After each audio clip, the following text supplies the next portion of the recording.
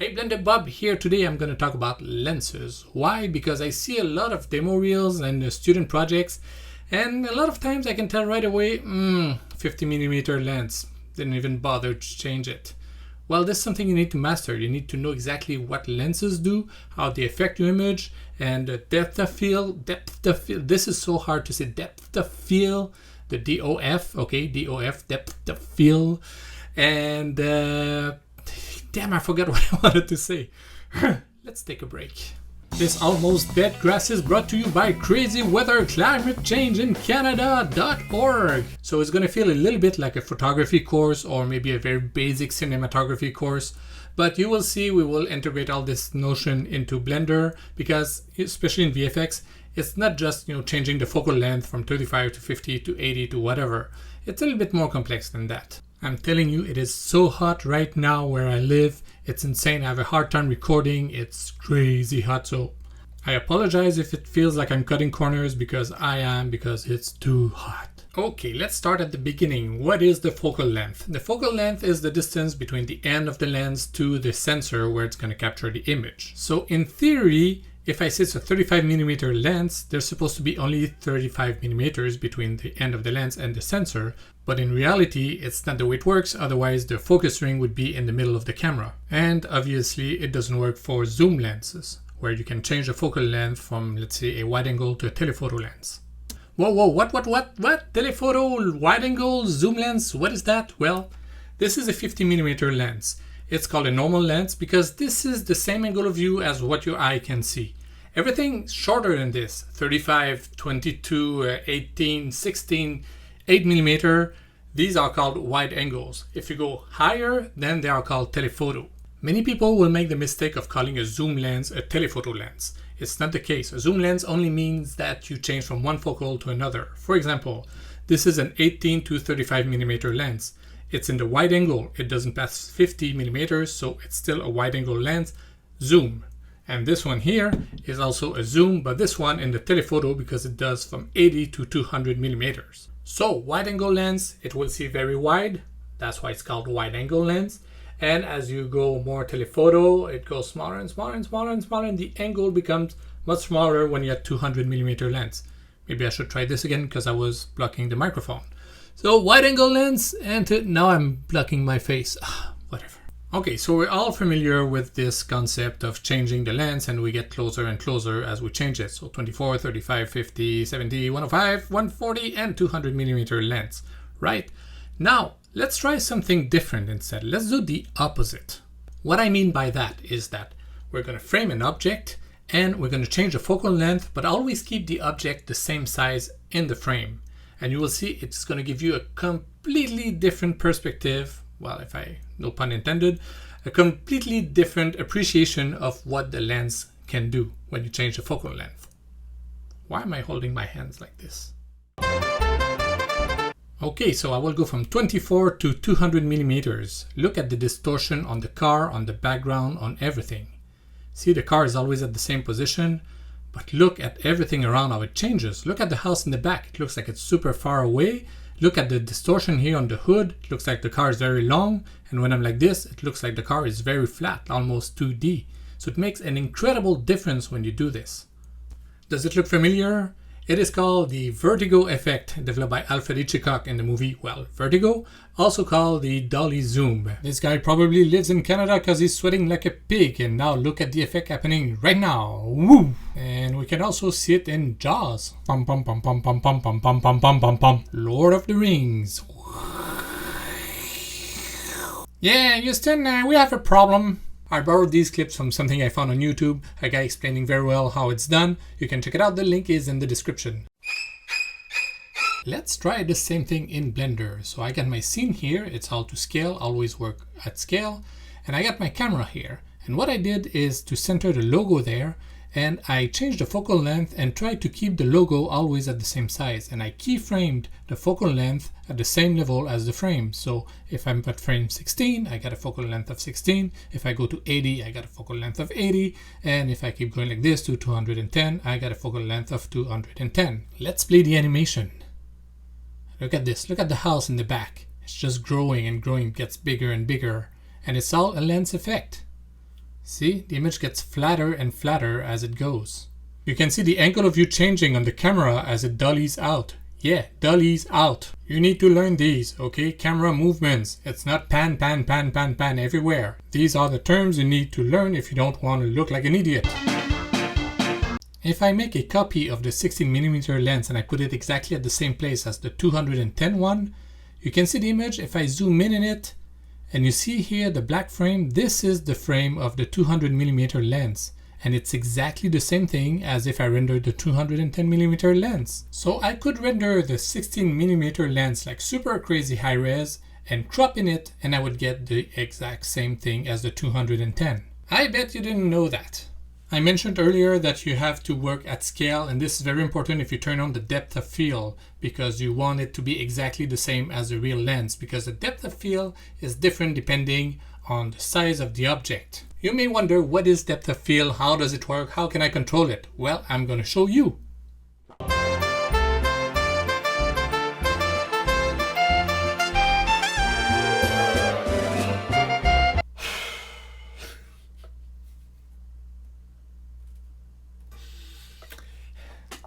There are 4 things that can change the depth of field.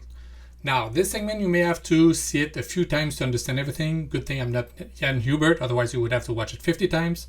I love your stuff, Jan, you're awesome. Okay, so the first thing is the focal length. The longer the lens, the shallower the depth of field. So if it's a 200mm lens, it will be much shallower than if you use an 80, for example, or 50. And the more wide you go, the wider, the larger, the deepest the depth of field is. So that's why if you film something on an iPhone, everything will always be in focus. Doesn't matter if it's close or far away. Now some of you will say, well, on my iPhone there's the portrait mode and I can take a picture and make the background blurry. That's a cheat, okay? That's done in post-production. It's a cheat, right? The second thing that can modify or influence the depth of field is the aperture. So if you have a big aperture, shallower depth of field. If you close the aperture, make it very tiny hole, then everything will be in focus. We'll talk about this a little bit more later. Also, the distance to the object. The closer you are to an object, the shallower the depth of field will be. So if you take a picture of something or if you film something that's very far away, it's going to be harder to get a shallow depth of field. And the last thing that can influence it is the sensor size on your camera. So if you have a big sensor size, you will have a shallower depth of field than if you have a very tiny one. But then again, if you have a small one, you will have something called a crop factor that will also influence it. It's complicated. So let's go one by one. Wide angle lens with an aperture of 2.8 and everything is sharp. 105 and the background starts to get blurry, also at 2.8. 200mm, the background is very blurry, also at 2.8. All right, aperture, but what is an aperture? Well, this is how it works. Imagine you have 2 glasses that you need to fill with water. Okay, so these are the water tanks, H2O, and same thing with the other one. Okay, now under these tanks you have 2 traps here. Okay, so this is the trap and the other one has a bigger trap because the hole is bigger, right? So this one has a small hole, a small aperture, so you need to let the water drip for a long time to fill the glass, right? On the other hand, the other one has a big aperture, so that means you need to open the trap very, very fast because it's going to fill up very, very fast. If you guys expected me to do a water simulation for this, not gonna happen. This is the aperture inside the lens, so when you change the aperture, it's just going to move the blades around and it's going to make the hole bigger. They are called f-stops, and every time you change from one to another, either you let 2 times more light in it or 2 times less light. I shamelessly stole this image from the internet, but I put a link in the description from the article and you can read it. It's pretty interesting. So I guess that makes it okay. Now this is something that confuses a lot of people when you start studying photography. When you have a big hole, a big aperture, you have a small number, and that confuses a lot of people. So let's say I got this 1.4 aperture here on my lens. For this, because I have a lot of light, I will need to shoot fast at 1,000th of a second. Now let's say I change my aperture to f2, so I just cut my light by 2. That means that I need to shoot much slower, actually half of the speed, at 1/500th of a second. Let's go to the extreme, okay? I want to shoot at f32 because I want the background to be perfectly sharp, right? Well, there's not a lot of light coming in, so that means I will need to shoot at 1/2 of a second to do this. but that gives us a lot of trouble. Here's why. Now here's the thing, when you're taking pictures, you can put your camera on a tripod and shoot for half a second, that's no problem. But in movies, we have 24 frames per second, and we don't shoot at 1/24th of a second, we shoot at 1/48th of a second. That's how it's done in cinema 99% of the time. That's how you get the nice motion blur that you want, something more realistic. So 1/48th of a second. So how can you shoot at f32 in this case? Well, the only way to do it, f32 is crazy by the way, most of the lenses don't even go to f32, but if you really wanted it for some crazy reason, you would need to add an awful lot of lights to be able to light everything, to set the objects, the actor and everything, to be able to get as much light as you need for shooting at 1/40th of a second at f32. On the opposite side, well, let's say that you have a big aperture, so you have a lot of light coming in. Well, there's nothing stopping you for shooting faster than 1/40th of a second. You can shoot at 1,000th of a second. This is so hard to pronounce. 1,000th of a second, and it's still going to work at 24 frames per second. But the image will be crisp, super sharp, no motion blur at all. Let me show you an example. This was shot on an iPhone, and as you can see, everything is super sharp. There is no motion blur at all. And that's because there's a lot of light outside and the shutter has to go very, very fast to compensate. You can see if I freeze the image, everything is like a picture. Everything is perfectly sharp. There's no motion blur at all. In Saving Private Ryan, Spielberg did the same thing here, where you can see that there is motion blur, but not as much as you would have in a regular movie. Not only that it makes everything more chaotic, but also you can see all the details in the explosions and the dust and everything that blows up. And this technique has been done in many other films also, but it's always for fight scenes. Now, let's take a look at this one. This is the same scene shot on a Blackmagic Pocket 4K, and now we have a nice motion blur and it's much more natural. And we have depth of field because I was using a 2.8 lens. Now some of you may wonder, how did I manage to shoot at f2.8, which is very wide open, and don't get the image overexposed while shooting at 1/48th of a second? Well, I use a neutral density filter. It's just a gray filter that cuts the light. That's all it does. So there's less light coming in. That's why I can have a big aperture. This is the filter I use. Now this one is a special one because it's a variable neutral density filter. I can change the opacity of this filter. Look at this. So I put it in front of the camera here, and if I turn here, I can cut the amount of light coming through in it. That's pretty cool, isn't it? So how is this working? Well, it's using two polarized filters at the same time. Let me explain. You know when you go see a movie, you have your little glasses here? Well, this is how 3D movies work. The projector sends you an image on the screen, but it's actually two images. Let's say that one has only horizontal light beams and the other one only has vertical light beams. And your glasses, well, they work the exact same way. They have polarized lenses on them. And one will only filter the horizontal light and the other one only filters the vertical light. And that's how you get two different images, because you need two different images to be able to see the depth in it. That's why we have two eyes. So the variable neutral density filter, that's what it does. It's two polarized filter on top of each other, and you just turn them. And when you align them at 90 degrees, then you completely cut the light. And if you move them and align them horizontally, then you get the most light coming in. And you can try it next time you go see a movie. Take two pairs of glasses and put a right over the left, and you will see it completely blocks the light. Nothing will come in. And if you turn it 90 degrees, suddenly the light will go in. Well, you just made your own neutral density variable polarized filter. Ugh. Another cool thing you can do with a polarizing filter is to cut or augment the reflections on objects. There's actually a James Bond movie where James Bond, Roger Moore, he has some sunglasses, and he turns the sunglasses and he can see through the reflections of the windows. So James Bond has a polarizer filter. Ooh. Okay, the next thing I told you about was the distance to the object. The closer you are to the object, the shallower the depth of field. And Ant-Man is the best example I can show you. They completely mastered it. Look at this shot. It's a wide angle shot, and when you zoom in, the depth of field becomes super shallow. It's absolutely perfect. Okay, we're not done yet. We need to talk about sensor size. This is a 50mm lens. But on this camera, it's not a 15mm lens. Why?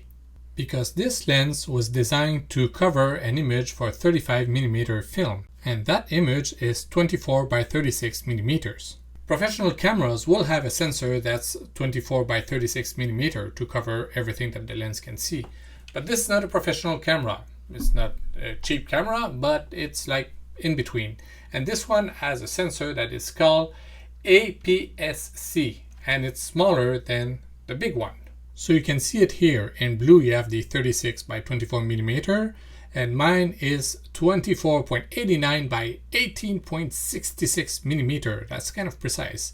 For film in cinema, when they were shooting on film, well, some still do, but anyways, it's 22 by 16. And the camera I had before, if you saw any of my short movies, it was a Blackmagic Cinema camera. It was 15.6 by 8.8. So that means that if I use the 15mm lens on my camera, I will only see what's inside the red square. And if I use the same lens on my Blackmagic Cinema camera, if I still had it, I would only see this little green area in the middle of the frame. Now, if you know which island this is, please tell me in the comments. I would like to know if you know. This is called the crop factor. So that means that on my Blackmagic Cinema camera, if I use the 50mm lens, I would have a crop factor of 2.39. So that means that if I had a 100mm lens, it would actually be a 239mm lens. That also means that if I wanted to get a wide angle, it was almost impossible because a 16mm lens would become a 38.24. So no way I could get a 16mm view with this camera. So you can get into a lot of trouble because of this. Let's say you're tracking a shot, and in the tracker they ask for the lens. Well, I know the lens, it was a 50mm lens. But for which sensor?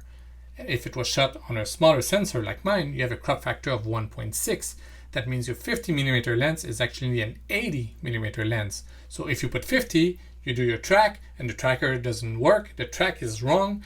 Well, that's because you have the wrong lens. Well, you have the right lens, but you have the wrong information. Sorry guys, we're not done yet. There's still stuff to cover. So, when you take pictures, you have the film 24 by 36mm, but when you shoot movies, well, the film becomes vertical instead, and the image will be shot 16mm by 22mm. Only this, so it's much smaller. Also, a little bit of the image was lost because of the audio track that was embedded into the film. And that's why the first movies were shot with an aspect ratio of 4:3. Woo! I love Buster Keaton. Buster Keaton was the best silent clown. He was way better than Chaplin for me. He was the best one. Prove me wrong in the comments. This guy was totally insane, but it's not about Buster Keaton, it's about aspect ratios. This is the stupidest way I found to explain to you aspect ratio. 4:3, 4:3. 16:9. Scale it down. Here we go. And 2:35:1. But when an aspect ratio is by 1, we never say the 1. We just say it's a 2.35 aspect ratio. I've been doing this since this morning. It is 6:23. I'm tired. I'm exhausted. I'm going to eat. See you later. Bye. Oh yeah.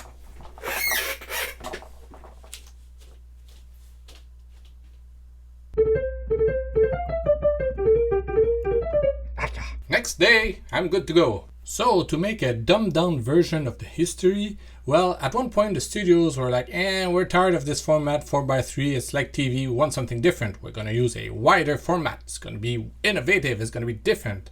The problem is that you would lose a lot of resolution. All this information here is gone. So the image would become very grainy when showed on a big screen.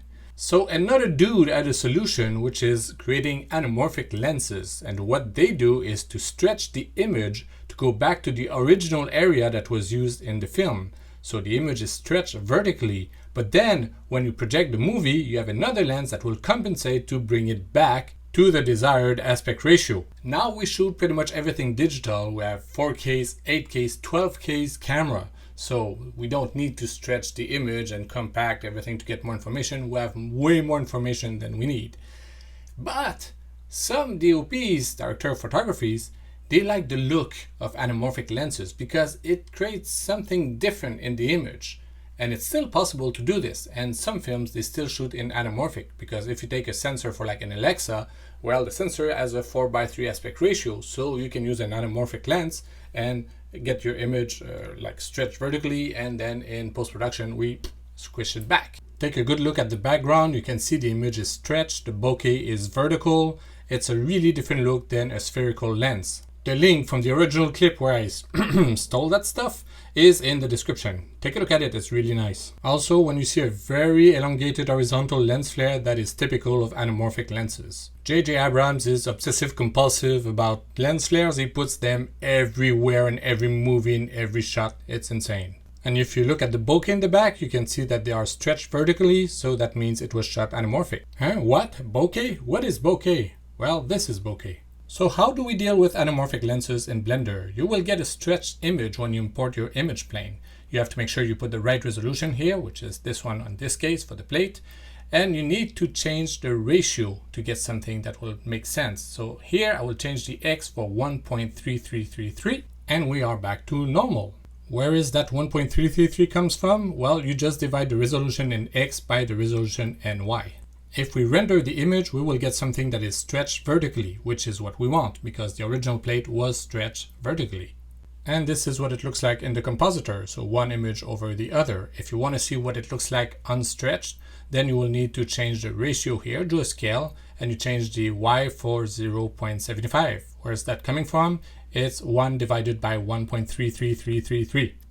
I made this little setup here where I go from f4 to 5.6, 8, 11, 16, and 22. And I remodeled the scene to scale to see if it's going to work perfectly. So I made sure that I had the same lens, 24mm. For the sensor size, there are presets there, and there's one for my camera, so Canon APS-C. This way I know I got the exact same thing as my camera. And to make the test, I keyframed the aperture. So frame number 6 is actually f22. F16, F11, F8, F5.6, and F4, and it matches perfectly. So if you think of the depth of field as being like a wall that's in focus, we need to know that the perfect focus will always be after the first third. So it's 1/3 in front and 2/3 in the back. And I bet you didn't know that. We can clearly see the difference here between the APS-C lens and the 35mm lens. This one is cropped. If we go back, you can see this one is wider. So you see the problem here is that I input a 24mm lens that actually came from this lens, which is a 35mm lens, not an APS-C lens like this one. So it shouldn't work. I can only assume that Blender thought, well, you're probably using a 35mm lens, so I will compensate to make it work. But we cannot work this way because now we're using tons of different sensor size and tons of different lenses that covers every possible sensor you can imagine. Now, if you have an Alexa 64, the sensor is huge, so you have a lens that covers a big area, and you cannot just put like, oh, it was a 35mm lens and hope it's going to work. It's not going to work. You need to compensate somehow. So the Blender Foundation, they need to work on this. They need to find a mechanism where you will say, okay, it's 35mm lens, but designed for this sensor and with the aspect ratio of whatever sensor you used. So it's a bit complicated, but it's crucial in VFX to get this to work perfectly. I downloaded this absolutely beautiful scene from the blender.org demo page. It's really nice. But right at the beginning, I spot something weird. This part in front here is out of focus, and it's a wide angle lens, so that doesn't make sense to me. How come this part is out of focus? This wouldn't be possible in real life. Well, it's an artistic call. I mean, the idea is to make a beautiful image. When I took a look at the camera, I figured out what happened. The f-stop is at 0.6, and that doesn't exist. You don't have a lens that can do 0.6. The best you could get would be probably 1.2. So let's set 1.2. What it looks like, and yeah, now it's perfectly sharp. But this is not a VFX shot. The goal is not to match reality here. You can do whatever you want as long as it looks good. So let's play with the lenses now. We're going to change the focal length for an 80mm lens. So I'm going to try this here. We can tell that the image now looks much flatter. It doesn't have the depth that we had before. Now I'm going to crank it up to 200mm. So now we'll zoom out and you will see now the image looks really flat. Take a look from this angle here. I'm going to change the f-stop to 0.4, something that doesn't make sense, doesn't exist for real, but look at the effect it did on the image. It's really nice. The focus is on her, everything in the foreground is blurry, same thing for the background. So it's really, really nice this way. I love using telephoto lenses. Now, if I do the opposite, I go for a super wide angle lens, like 16mm, everything will be crazy distorted, and it's really hard to make a nice image when you have such distortion on it. If I zoom in on her, you can see, look at the size of her hand. I mean, it's so huge compared to her face. It's not really nice. It's really hard to get something nice with a very, very wide angle lens. Well, that's unless you're doing landscape, of course. Back on 210mm lens, if I go from the front like this, let's change the depth of field and try to get something that looks like Ant-Man. Now, in theory, you're supposed to model everything to scale, but when you're talking about microscopic stuff, it's just impossible. So we're just going to cheat with the lenses, and we're going to cheat with the f-stop.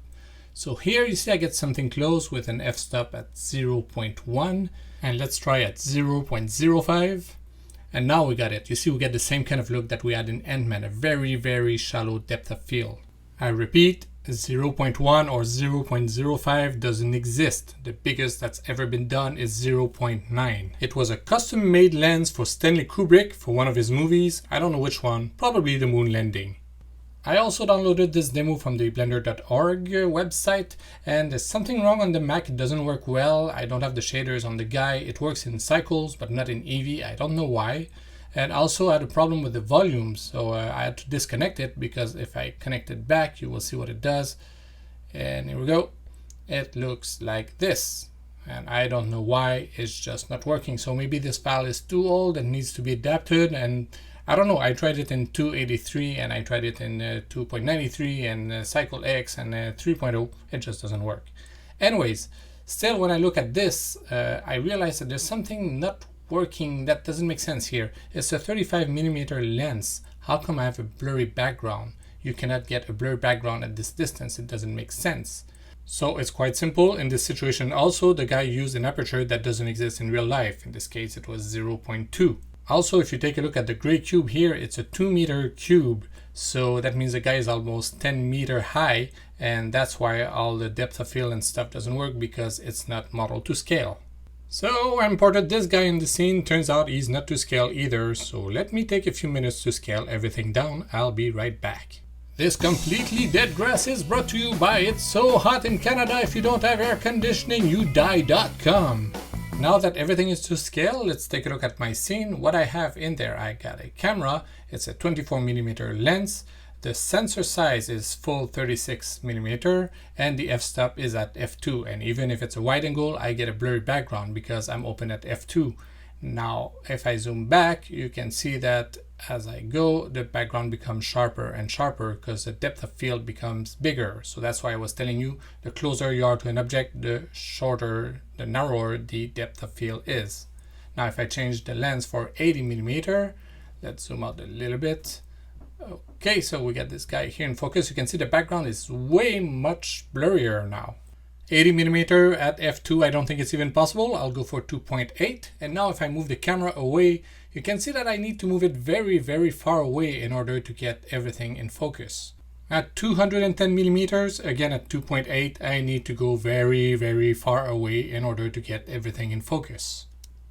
Now, if you make a character, like a close-up, don't use a wide-angle lens. Not even a 50, start at 80 and more. Otherwise, the face gets too distorted and doesn't look good. Look at these examples. Imagine this guy is on a dating website and he puts a 24mm picture on it. I mean, he's going to be single for the rest of his life. He's much better with the 80mm lens. Same thing with her. Look at this bachelorette at 24mm. At 200, yeah, much better. Let's put them as a couple, because according to my 15-year-old daughter, this is an internet thing. I will give you a few seconds to let it sink in. Guys, it's so hot you have no idea. I just drove my daughter to her friends and I was using my phone as a GPS and it was so hot my phone turned off. No kidding. The last subject I want to talk about now is lens distortion, because when you shoot something, especially with wide angles, you will get distortions on the image. And the problem is that the 3D, when you work in Blender or whatever 3D software, they cannot use that distortion that the lens do. Okay, the models will not be bent when you render them, everything will be straight. So what we need to do is to take the plate and undistort it, then you can do your 3D on it, comp it, and then redistort it. Or you take the 3D and you completely distort it and you put it on the distorted plate. So this is Synthesize Pro, and this is what we're going to do. We're going to go new project here. I'm going to go into my folder here and select my plate. So created this one here, open, and this is all good. All right, okay. So now you see it's caching everything into memory. This is in real time. I'm not accelerating the clip. Okay, so we'll let it cache on the frame. Okay, all right. And now all I need to do is press auto, and it's going to calculate some stuff, some blips, whatever that is. Now it's doing the actual tracking, and it's done. It took 1.2 seconds to track. Okay, so I got my track here. So I got this done, but also what's important is to calculate the lens distortion. So I will go here and calculate distortion, lens workflow, and what I'm going to tell it is try to calculate the undistorted image. So I press on this, and now it's going to do it. So I will let it export the frames. After running the lens workflow, you can see now I get the distortion. This is a correction for the lens distortion to get something more precise. So this way, now I can export it. So I can go File, Export for Blender. In Blender, I will open the same script. I will open it in the scripting section. Okay, and I just press play. And if I go into my layout, I will see my entire scene right there. My tracking points are too big. I'm going to scale them down. And here we go. Now this way I can put anything I want in there and it's going to match perfectly. And what I can do later is bring this back into a compositing software and redistort the plate. If you want more information about lens distortion, I will put a link in the comments. In Blender's compositor, there is a node called lens distortion and you can pre-process the plate. The problem is that you don't know how much you need to distort it to get it right. You need to eyeball it. You want to make sure that all the vertical lines and all the lines actually are straight, they are not curved. That's how you can calculate it. I know that Blender's tracker can handle the lens distortion. I don't know if it can output the undistorted plate. You would have to check with someone else about this because I have no idea. Oh, and by the way, you know when you take a magnifying glass to burn a leaf or an insect, an ant, whatever, depending if you're a psychopath or not, well, what do you think happens when you try to shoot the sun? Well, the exact same thing. Be careful, you're gonna burn your sensor. It's not too bad if it's a sunset, but if it's a bright sun like this, be careful. Same thing with lasers. Don't ever try to shoot a laser directly in the lens. You're gonna burn your sensor. So I could have also told you about the planar lenses and the tilt shift lenses, and there's a bunch of other stuff that we could have talked about, but I think that's enough for today. I mean, we covered a lot. The point is, play with the lenses. Forget the default 50mm lens. Okay, it's a boring lens. Try a wide angle, try telephotos, play with the depth of field. Make sure you model everything to scale, because we've seen so many movies in our life that when something is wrong, well, you can tell. It's like, it doesn't look real. There's something that's, what's going on? You cannot, pinpoint what's wrong with the picture. Well, it's the lens, or it's the depth of field, or it's stuff like this that just doesn't match reality, what we are used to. And now, if you don't mind, I'm going to go to the grocery store and I'm going to go take a nap in the Häagen-Dazs freezers. And now I'm just wasting time for these two panels there. The last two clips. If you haven't seen them, just click. Okay, I'm done. Bye.